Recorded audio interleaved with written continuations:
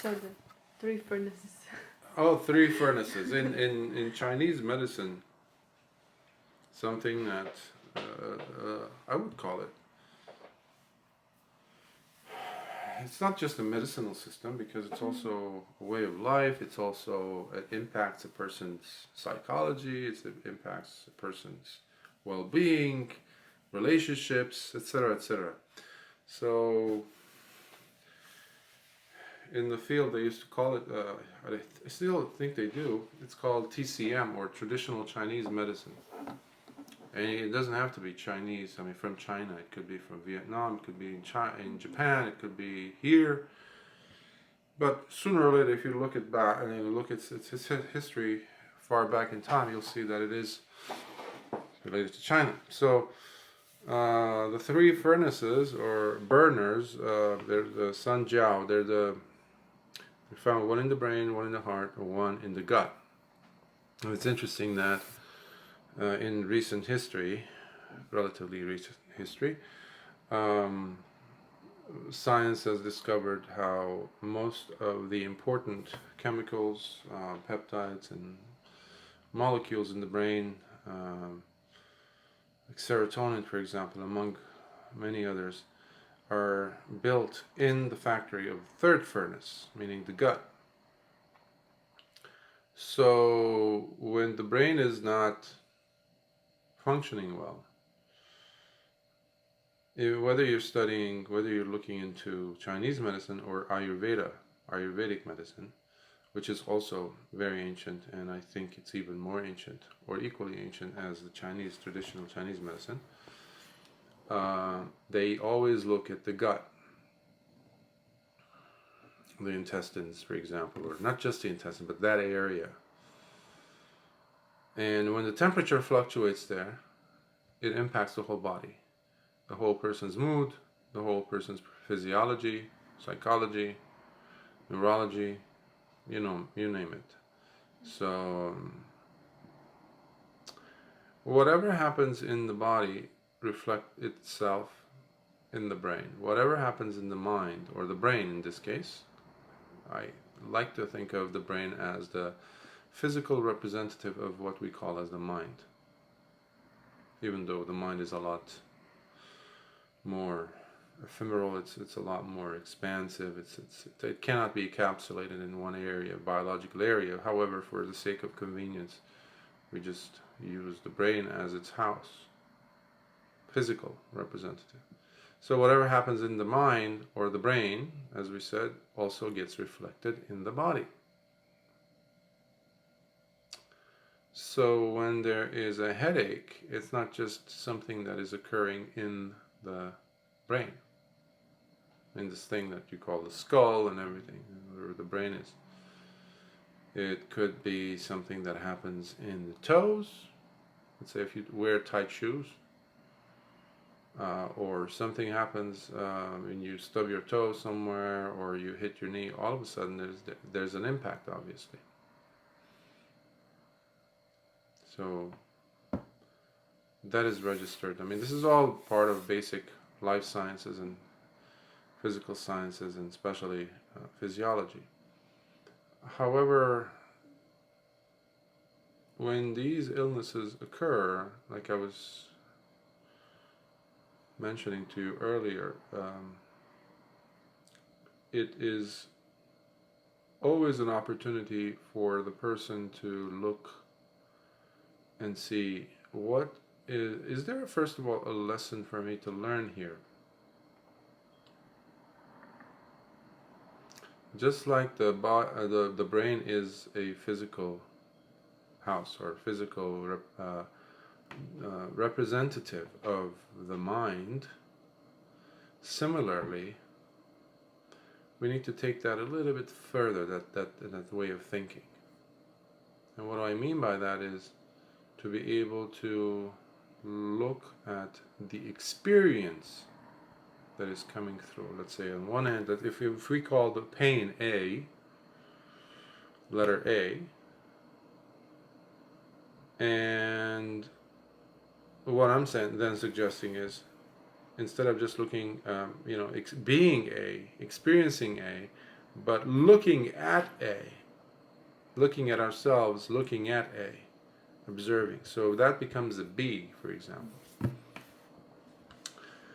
And that, in a sense, is what the Buddha was talking about when he's discussing and explaining to us the Satipatthana. And specifically when you go into the Chittanupassana, and even more so in the Dhammanupassana, the third and the fourth factors, aspects of the fourfold Satipatthana. So when the body is, or the mind is in a dull state, what do we do? Naturally, immediately, if we have awareness, mindfulness, we would want to quickly get to a way where, or a state where we are sharp, or sharper. Okay. Most people stop there. That's why mindfulness alone is never enough. Awareness alone is never enough, because where is the wisdom? Where is the discernment there? The discernment comes in right there when we are applying, for example, the Bojjhangas or the 7 factors of awakening, and we apply the investigative quality or aspect of it. Meaning, we look at A, and we look at B as well, because we are observing what's happening, the attachments that take place in the mind. I don't like this vague state in the mind. I don't like this fogginess in the mind. I don't like this. And I want to replace it with something that is good. Okay. Now, the intelligence, or not intelligence in this case, the wisdom that is taking place here, churning and exploring all these narratives that are going on in the mind, is coming through thanks to the investigative quality. Now the awareness have to be there. The awareness, the mindfulness has to be there. Whether you're talking about Satipatthana or whether you're talking about the 7 factors of awakening, the mindfulness has to be there in order for discernment or wisdom to have a footing, something to stand on and to see. At this point, you will be able to see looking at A, and then the B. Oh, the fogginess in the mind. I'm not liking this. So instead of, when you're looking at the B, what's happening is you are being inadvertently not attached to the sense of I don't like it. That's why you have a lot of mindfulness students today in every field, with mindfulness being so talked about. People making millions and millions of dollars because of it, weekend retreats and things like that. No wisdom is being brought forth, because even the mindfulness so-called teacher is very much drenched in ignorance, in lust, in anger. I mean, every once in a while they get to observe it, they will get to see it. However, it is not continuous. Sporadic, perhaps, at best. And that becomes their reward. I see myself getting angry. Okay, then what? Or I see the mind actually being foggy. I'm watching the mind being foggy. Okay, then what? And this is where I always stress the Dharma, the Buddha's Dharma, of which mindfulness came out of, sprouted out of. Nowhere else do you see mindfulness. Nowhere else. When in Sufism they say, yeah, mindfulness is there because of zikr. Zikr is remembering the name of God, for example. That's not mindfulness. When they talk about in Christianity, praying and being in a state of prayer where you're just listening, and that's mindfulness. That is not the mindfulness. Yes, it might have aspects of it, but many of these proponents of it, these ideologies, they actually studied, according to Buddhist tradition, at least for some time. And I have known some of these people, these individuals. Very respectable, very caring religious practitioners in their own traditions. Some of them have been Catholic priests, for example, that I have met in different conferences and workshops. They had come to study Buddhist meditation. And I am a very big proponent of that gesture, to find out more about their own individual respective faith, which is a tremendously wonderful thing to do.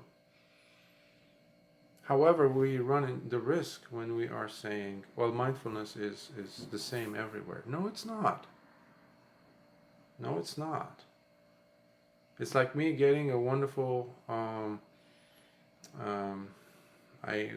hate to trivialize this or make it something banal, but imagine you get a white stallion, living white stallion, a horse, and then you go to a paint shop and you borrow a bucket of black paint and a brush, and then you start drawing or painting black stripes on the white stallion, and say, aha, I have a zebra now.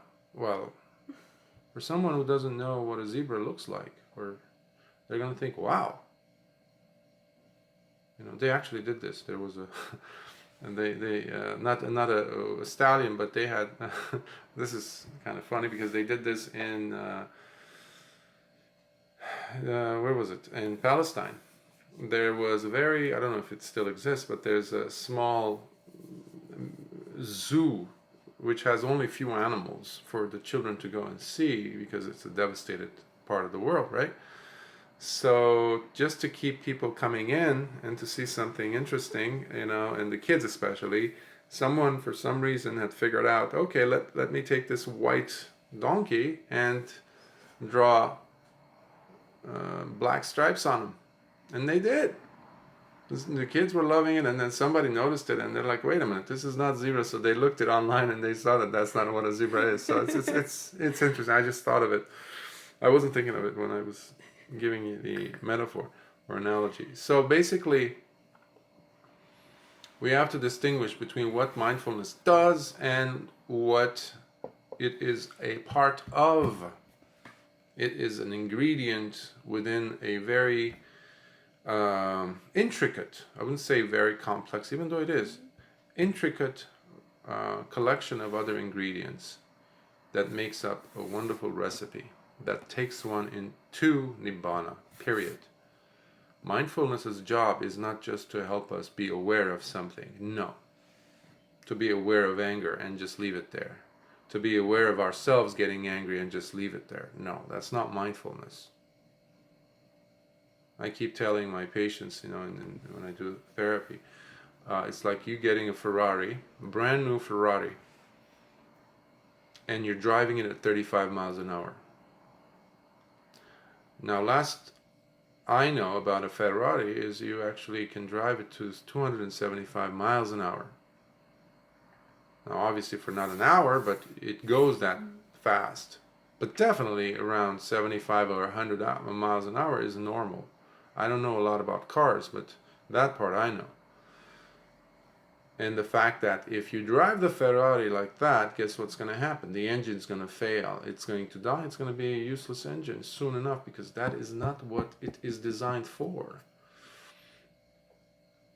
So we have to think about that and bring that into the understanding that we have in our efforts to explore and understand the mind and experience the mind. And you cannot experience the mind by overlooking or ignoring the importance of the body. So when a person says to me, my body's feeling achy, or I have this pain in my head, and I ask them, okay, what's going on? And then they say, well, it's a foggy mind. I can't focus. It feels like that. It's like a camera that's out of focus. Now, if medical reasons have been ruled out, meaning there is no physical problem with the brain, I would tell them, okay, we would explore other possibilities for, I wouldn't say diagnosing necessarily, but for looking at possible causes, because there's also the role that one's own attachment can play in this. Now, when I say attachment, we would start thinking, well, who wants to get painful, experience pain? Who wants? Well, guess what? The mind does. At least it is very comforted by the thought that it knows what it's dealing with. So the known, the familiar, is always a go-to formula for the mind, for the brain. And there's this thing called negative bias that the brain has, and which has saved us, has secured us through the process of evolution over countless years, millions and millions of years. We are here today because of the negative bias, in a sense. However, here that you have the ability to process and understand the mind and the various different aspects of human experiencing, you have a privileged and a front row seat to look at that very experience of the mind or the human experience, meaning looking at the fogginess of the mind and seeing if you have some connection to it, like you have some hand in it. And this is where we need to observe whether there is ignorance in the mind. Now, ignorance comes in many, many shapes and sizes. The lack of mindfulness is ignorance, for example. The lack of wisdom, obviously, is ignorance. Sticking to the idea that I don't like this, I don't like the fogginess, why is the fogginess there? It should go, is also ignorance. Why? Because there's craving. The second noble truth is all about craving. However, craving occurs because of ignorance. Why? Because the first noble truth tells us, which is suffering, that hey, suffering is continuously occurring, is because we are holding on to something. Now, holding on to something has to do with ignoring, not using discernment, which is being ignorant, experiencing ignorance. So you see how they are all connected. And that is what's so beautiful about the Dhamma. The Buddha's Dharma is so beautiful because it is so intricately, the flavor is the same, the Buddha used to say. If you taste the water from all of the seashores around the world, like for example, you're in Ireland, let's say, and you walk towards the beach, and you step foot into the water and you touch a little bit, and you put your finger into the water and then into your mouth and you taste it. It's salty. You go to the Maldives, you go to Cape Cod, you go to Alaska, you go anywhere. You go to Africa, into Fiji, in Australia, New Zealand, Antarctica. It's still going to taste salty. Many people forget that if they are practicing the Dhamma correctly, if they are following the suttas correctly, if they are living the Dhamma correctly, then all of the teachings of the Buddha will agree to what's being practiced. Because all of the teachings have the same flavor. They lead to the same place. They are very intricately connected, and they are very much part of the same body.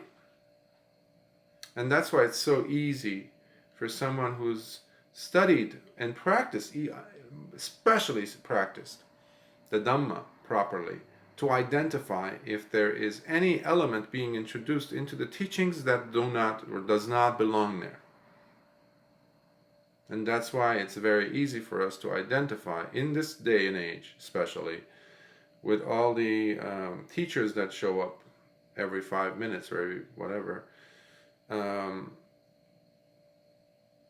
when they start to talk about the Dhamma, coming from their own agendas, and perhaps even to try to please some crowds, I don't know. It's very easy to identify that what is being taught has nothing to do with the Dhamma, even though it carries the banner of a Dhamma on top. So we have to be very careful to come back to the source. The source meaning the earliest teachings of the Buddha, to get an understanding, at least understanding the Four Noble Truths. And then you go ahead and you practice any part of the Buddhist path. I mean, as I mentioned before in some of my teachings in the past, Buddhism is the kind of restaurant that serves you any kind of meal anytime you want. Perfect, fine. When I heard this over 25 years ago, almost 30 years ago, from my professor, I was like, wow, that's great. But over time, I understood that there's some elements that need to be there. The ingredients, some ingredients have to be there to know that you are at that quote-unquote restaurant and you're eating its food. What? Well, those happen to be the Four Noble Truths. They need to be there. I don't care if you're practicing Tibetan Buddhism, any specific, whether you're Kagyu, whether you're Nyingma, whether you are Gelugpa, for example, whatever. Whether you're practicing, Shingo, in Japan, some Tantric Buddhism, you're practicing, Theravada, you're practicing some type of Mahayana tradition. Ultimately, you always have to have some of the key ingredients which makes it part of the Buddhist path. And those happen to be the Four Noble Truths. They need to be there. The understanding that the three characteristics of nature are there, meaning dukkha, anicca, anatta. Suffering, dissatisfaction, unsatisfactoriness. The second is anicca, impermanence. And then the third one is non-self, or rather non-substantiality. The idea that we are independent doesn't exist in these teachings. And then you don't stop there. There has to also be the Eightfold Path, which is part of the fourth of the Four Noble Truths. So that has to be there as well. So you see, we have thus far three major groupings that have to be there in order for a tradition to call itself Buddhist. This is, this might not sound right for some politically correct individuals out there, Buddhist teachers. However, somebody has to say something. I'm not the only one, but I don't hear about it in circles often enough. And then after you have the Eightfold Path, you also have to have the 7 factors of awakening, which the Buddha, by the way, said that if a person wants to attain Nibbana, they need to be using the 7 factors of awakening. They need to be using the 7 factors of awakening. And then finally, the crown jewel, I would say, is the 12 links of causal relations, the Paticca Samuppada. Now, and the 2 other things actually I forgot to mention, it goes without saying, however, I want to include them there, is the importance of understanding the role of kamma, actions, and how kammas are distinguished. What makes them happen, meaning, intention, cetana, for example. And the other one is rebirth. So I know some of my past teachers might disagree. However, it is a key part of the Dhamma. You look at the suttas, it's always there. If it's not that important, the Buddha would never have mentioned it. Because the Buddha was a man, believe it or not, of few words. He would only share, discuss, and instruct things that were going to be useful. He didn't want us to waste time. That's why he made all these formulas so compassionately, to provide it for us so we can use them as a tool. So if you have these, then in my book, and as far as I understand the Dhamma after studying it for over 30, almost 30 years, guess what? You are practicing the Dhamma. Otherwise, you're not. As simple as that. So similarly, when we talk about mindfulness, the discernment has to be there. The wisdom has to be there. The understanding. Okay, coming back to the headache, coming back to the fogginess in the mind. That is a phenomena that is taking place. It's a feeling. It's an experience. It's a sensation. Okay, is it painful? If it is, yes, it is painful then. Okay, when you say that to yourself, when you're understanding, even more than saying it internally to yourself, but understanding it, there is a slight, small, tiny little bit of a letting go taking place. That letting go might affect the pain to become less, or might not. That is not important. The fogginess in the mind. However, what is key, again, this whole process, the whole teaching, the whole path is about gaining wisdom. Gaining wisdom so we don't get caught into the old maladaptive negative cycles of repeating ourselves and ending up coming back to samsara. The wisdom allows us to cut the cord of the desire that puts us into this hamster wheel of samsara, of experiencing the whole impermanent suffering and scenario, drama. So what is required then is for the mind, or for the person to look at the mind experiencing, holding on, seeing the experience of holding on to, I dislike this, please change this. What can I take to make it go away? Why does this happen to me?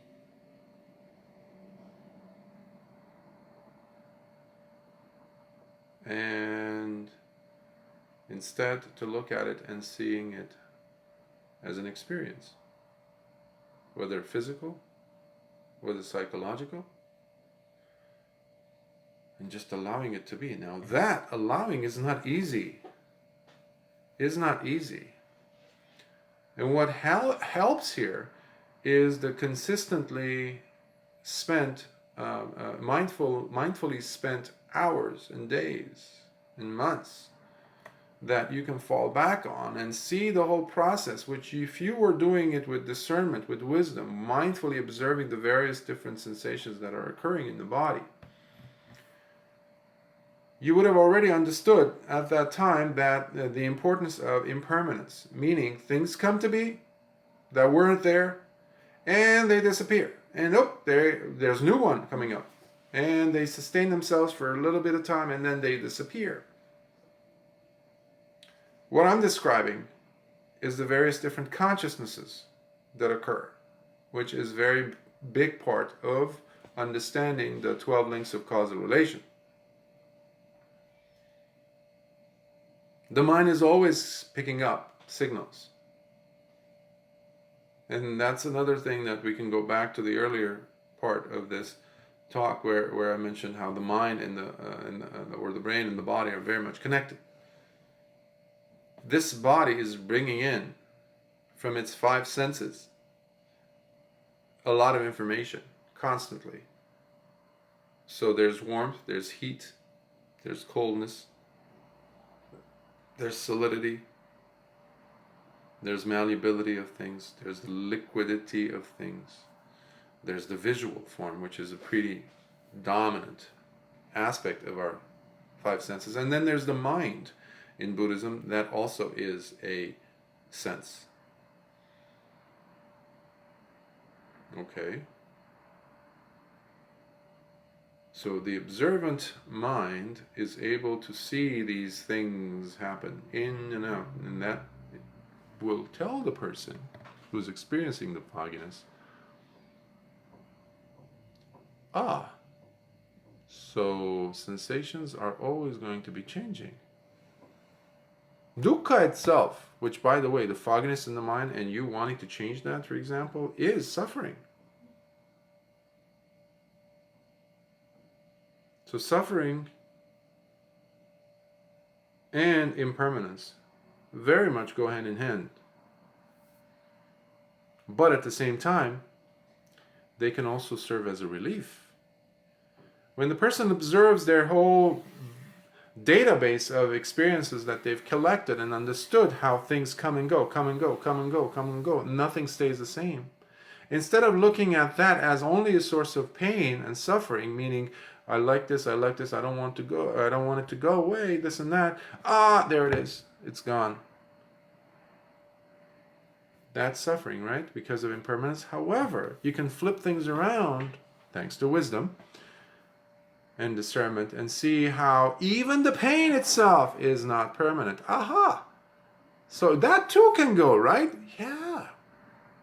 So that would be utilizing wisdom to ease some of the pain, with understanding that you are not pushing it away.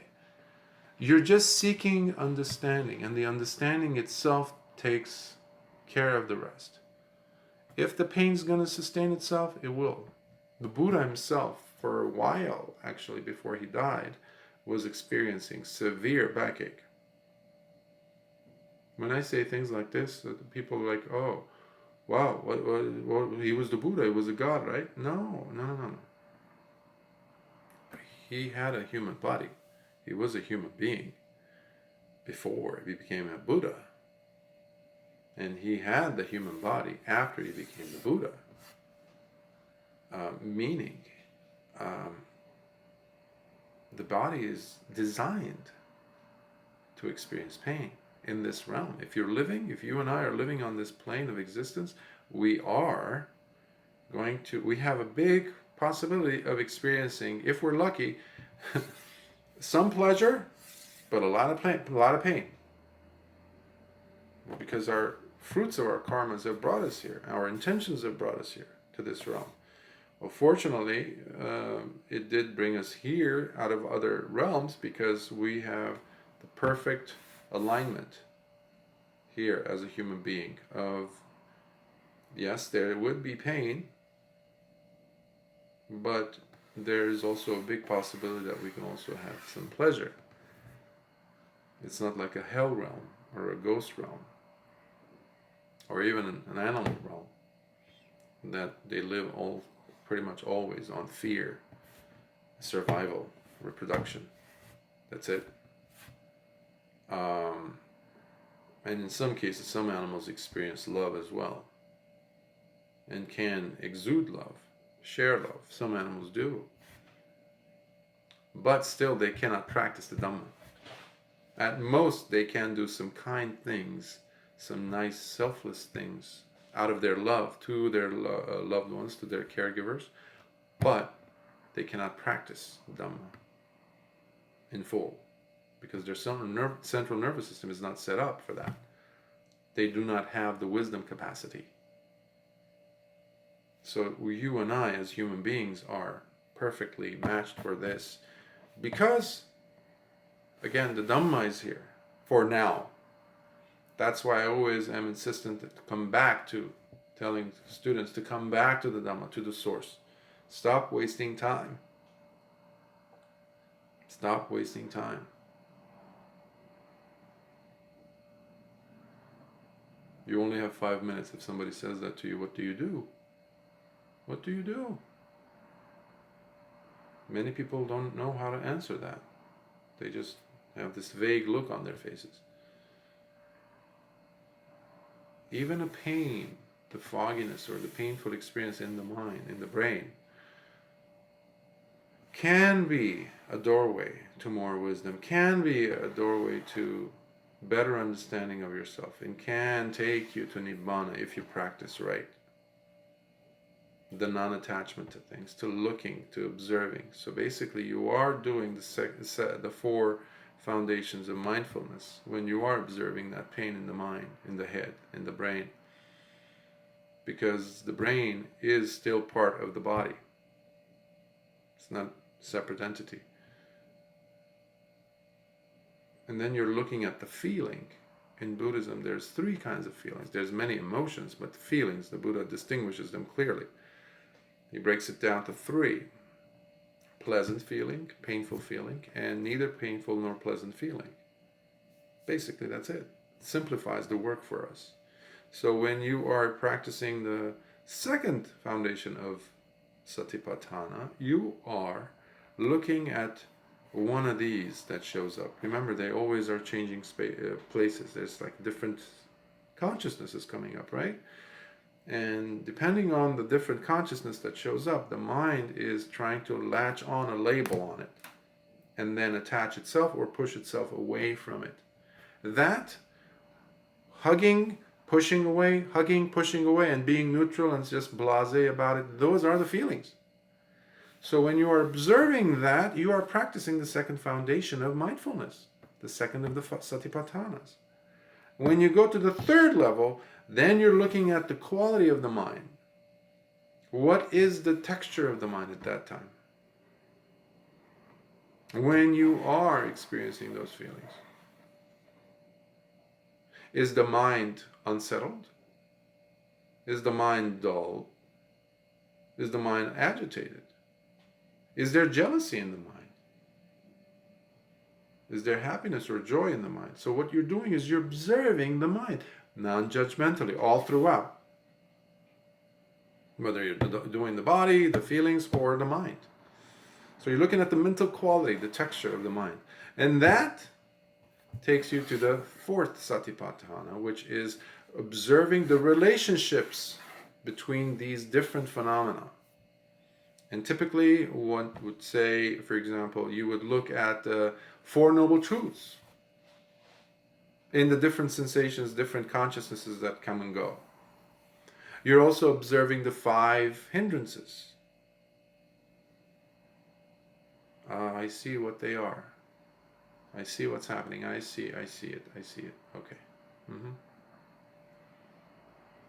And putting it all together is a wonderful thing, which has, again, in this case, the crown jewel being Nibbana itself. When Venerable Anuruddha was asked, sometime after he became enlightened, he said, I became enlightened I experienced Nibbana because I have been practicing what the Lord had taught me, meaning, he actually says, the 4 foundations of mindfulness. When he was asked as to how he was able to experience and practice having the divine eye, for example, he was known to have the divine eye, meaning he was able to see things far away. He would see what would happen, what would be happening at that time in a different realm, in heavens, this and that, in hells, among other things. So he was known for that. So even then, he said, I have experienced it because I was practicing the Satipatthanas. Now, I would highly encourage you to listen to what he said first, meaning I experienced the Lord's teaching and experienced the Nibbana thanks to following the steps of the Satipatthana. But all these exercises, all of these activities that one could engage in require effort. They have to have effort. And the Buddha also delineated those as the 4 efforts. See, Buddhism is the path of numbers, or religion of numbers. Thankfully so, otherwise people would have added more and more and more and really diluted and messed up the whole teachings. Thankfully, that didn't happen too much because we still have within the oldest tradition to some extent, what the Buddha, or the closest thing to what the Buddha taught, period. And that's why you still have today arahants, you still have today anagamis, you still have today sakadagamis, and you still have today sotapannas. That is what allows me to say those words, that the teachings of the Buddha are still available. Why? Because these individuals are walking on the planet right now. So it is doable. It is everyone's invitation that was offered by the Buddha himself before he closed his eyes for the last time. And it's everyone's duty to do what they feel is necessary and pertinent, and definitely something they cannot postpone. That urgency is necessary. So long as a person does not have that urgency, I'm sorry to say, you're going to be here or in some realm coming back again and again and again and again for a while. That urgency is fueled by an understanding and experience of dukkha. So even that fogginess in the brain, which produces dukkha, even when the person is not attached to that feeling, because the body is going to feel the dukkha. And that is the other arrow. There's two arrows, right? One arrow is the confused mind, taking things personally, which you have the opportunity or ability to, or at least the chance of letting go. But the other arrow, which is the body having been born, that's the other arrow. That you cannot get rid of unless you are an arahant. So even the dukkha itself that a person experiences in the body can turn into a jumping board that can take you to Nibbana. Now that is not a downward slope where you just sit there at the top of the hill and just like a snowball fall into Nibbana. That's not going to happen unless you put effort. So, at least for being a Sotapanna, for example. But even after that, you still need to put effort. Otherwise, you are simply prolonging your suffering. It requires effort. The end goal is not just becoming a Sotapanna and then waiting for things to happen. Yeah, let me float. No. You still have a lot more work to do. So, understanding and appreciating of suffering pushes you forward by producing inside of you the sense of urgency. So long as there isn't that urgency, Nibbana is not going to happen. Plain and simple. If you are one of those who says, well, why shouldn't there be some suffering in the world? Why shouldn't I fall in love, get married, have some children, and then get old, see myself or my partner get sick and they die, and my children, let's say, sometimes they will die before me, which is horrendous for a parent to think about. Yeah, I could do that again. And again. Sooner or later, this person is going to come to have an understanding that this is no healthy way of experiencing life and making the most of your life. So until that moment comes, however, this person is just on the chopping board, I'm sorry to say. And the Buddha was very graphic at times to describe, the kind of lives we've had. Right now, different parts of the world, there are animals. Here also, in America, other places, they are chopping the pieces, animals' heads are being cut off. People are going to eat. And no, by you becoming a vegan is not going to save these animals, or you're not doing necessarily anything compassionate. Don't fool yourself when you walk outside the door and you point fingers and saying this person is a mean person and this and that. Because you already are breaking precepts, even by saying those things. So take that inside and really understand what it is, this thing called suffering, and bring out the urgency. The urgency to end suffering. And that is Nibbana. The urgency to end suffering takes you to Nibbana. Experiences. You can experience in this lifetime Nibbana.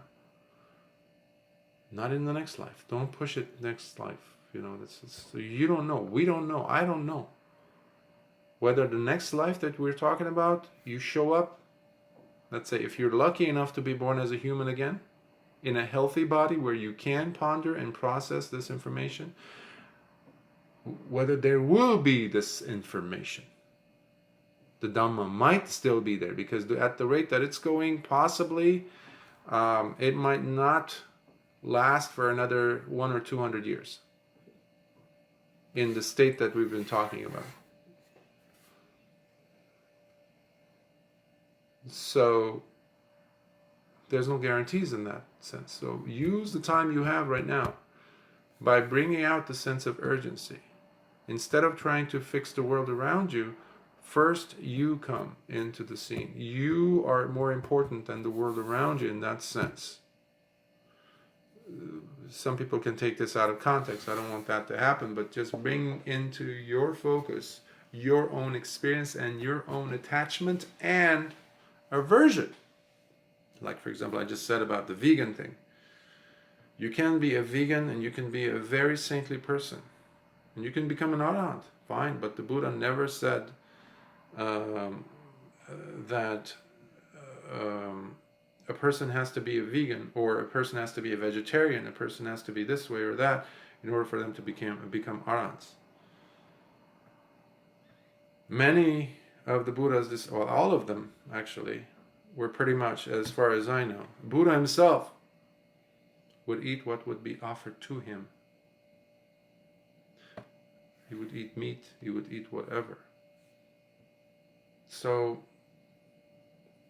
bringing up something like a person's diet is quite superficial, and making that one's goal in life, including seeking the welfare of the environment, let's say, working to save the planet, global warming, they are very noble. All these things are very noble, not wanting to harm an animal. Now, you won't find me ever to sustain myself going and killing an animal, even if I'm in the desert, to survive. I won't do that. Why? Because that actually will be breaking the first precept. However, if the meat is there, I need to sustain myself. I will eat the meat, so long as there's some criteria that I have to be followed, of course, but I will survive. I need to survive this, to make this body sustain itself. So all these noble drives that humans have can also be deterrents. Why? Because the most precious thing that you have is this life, is this youth, is this body. What would you do if all of a sudden delirium comes in, or Alzheimer's kicks in, dementia comes in, and you can no longer remember the suttas? What are you going to do then? What are you going to do with the whole global warming thing? Where does that go? Out the door. So again, that sense of urgency needs to be the primary drive of a person. And that is why I believe that all these political movements, all these environmental movements, ultimately, they can be serving none other than Mara and his purpose of derailing a person's progress. A person who practices, for example, can easily, unless they're arahants, or unless they're sotapannas, at least they're sotapannas, they still have a few more lives to attain full liberation. But Most people are not. And for that reason, they don't have the time to waste. And anyhow, if you want to change the world, you can always come into the scene and do your best to change the world in any way, shape, or form that is according to the Dhamma. However, while you are pursuing your own path, meaning your practice, are you practicing the Eightfold Path? When you are out there in a rally, political rally, are you practicing metta when you are trying to topple a certain entity down from a position of power? Or going after this organization or that movement? It always comes back to the person. Don't waste this time that you have on this planet. And that's why we have to go back and use the tools that the Buddha talked about, and which I've mentioned briefly earlier. Satipatthana, understand the three declarations, three characteristics of nature. Bring in the Eightfold Path into your daily living. Make it part and parcel of who you are and how you behave. Practice the 5 precepts. Practice it. They are the most surest way to keep the world safe. The 5 precepts can never be undermined. If you want to be a vegan, if you want to actually protect animals, animal rights, first and foremost practice the 5 Sila, the 5 Panchasila, the 5 precepts.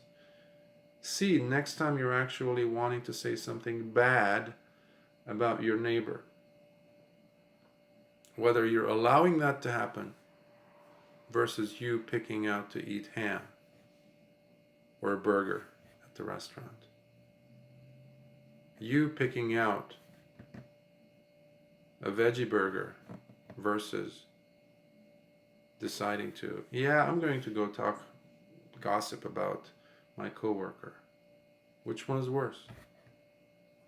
If you still think that the burger, eating an actual meat burger, is worse, you're in trouble. Why? Because you are creating a very unsafe world. You yourself are creating a very harsh environment. Why? Because the intention that you have when you're gossiping is far worse. Because it's the intention that is bringing about the physical action that would follow. It's just a chain of events that will, because the foundation is the intention. So the intention has to be there for us to practice using all these formulas. So they're there to be used. You don't use it, it will die. It's like a muscle that is not being used. If you don't use the muscle, it's, the body's going to suffer. And illness and sickness is going to creep in. So whether you are, I don't want it to be sounding like I'm against vegans or something. It's the attitude. The holier than thou attitude. We have to check. And I have friends who are vegan. I used to be a vegetarian for over 10 years. Back then there was no, it wasn't a hype thing like it is now. But I was a vegetarian for 10 years.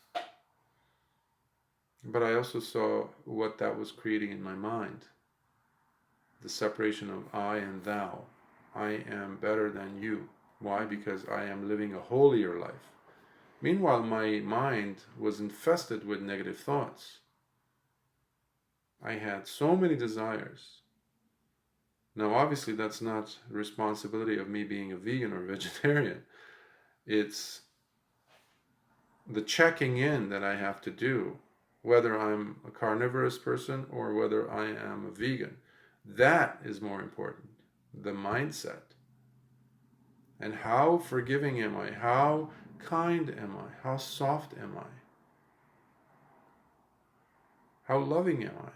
How compassionate am I? Do I see a separation between you and I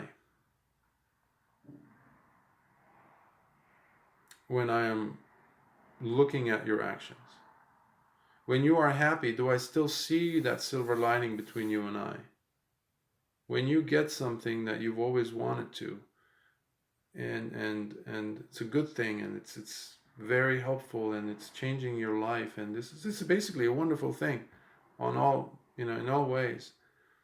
Am I seeing that as your happiness, or am I seeing that as also my own happiness? Once I see that, that's one of the Brahma Viharas. It's called altruistic joy, or mudita. There is no separation at that time. Now, if I am a carnivorous person, or if I'm a vegan, and I'm experiencing that, it's wonderful. The veganism, being this or that diet or this, that, it's totally meaningless at that time. It's like speaking a different language.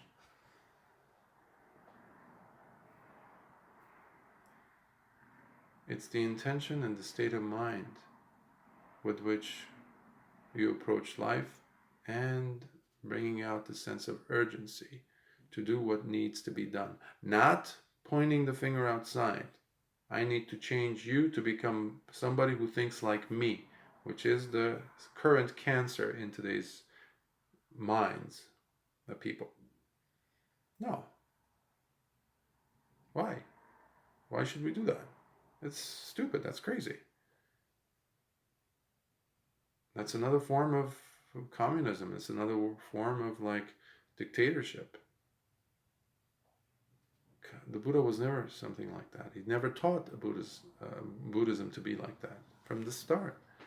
So we have to be careful that this is a journey for oneself, by oneself. So when you are feeling that fogginess in the brain, you are trying to understand what's happening, and you are changing your life immediately, because you are observing your own attachments to the painful experience or the unwanted sensations. And by doing that, you are actually practicing you're practicing the Sila, virtue, because you're going easy-handedly, kindly, approaching what might be a very painful experience. And by doing so, you are actually keeping yourself safe and the world around you safe. You become a source of refuge to yourself, and other beings treat you as a source of refuge as well. So, Sila Samadhi Panya. Sila is the virtue, which is precepts. Samadhi is what I've been talking about earlier, with all of these different formulations of understanding the 7 factors of awakening, for example, or practicing the right mindfulness and right concentration, etc. Those are key in the Samadhi aspect. And then the wisdom part, which I've also been touching upon. These 3 have to be there in order for a person to attain Nibbana. And you will not attain Nibbana unless you have the sense of urgency. You will not have the sense of urgency unless you have some level of appreciation, understanding, real, personal understanding, deep understanding and experience of suffering. So suffering isn't all that bad when looked at through that lens. So I hope that sheds some light on your query.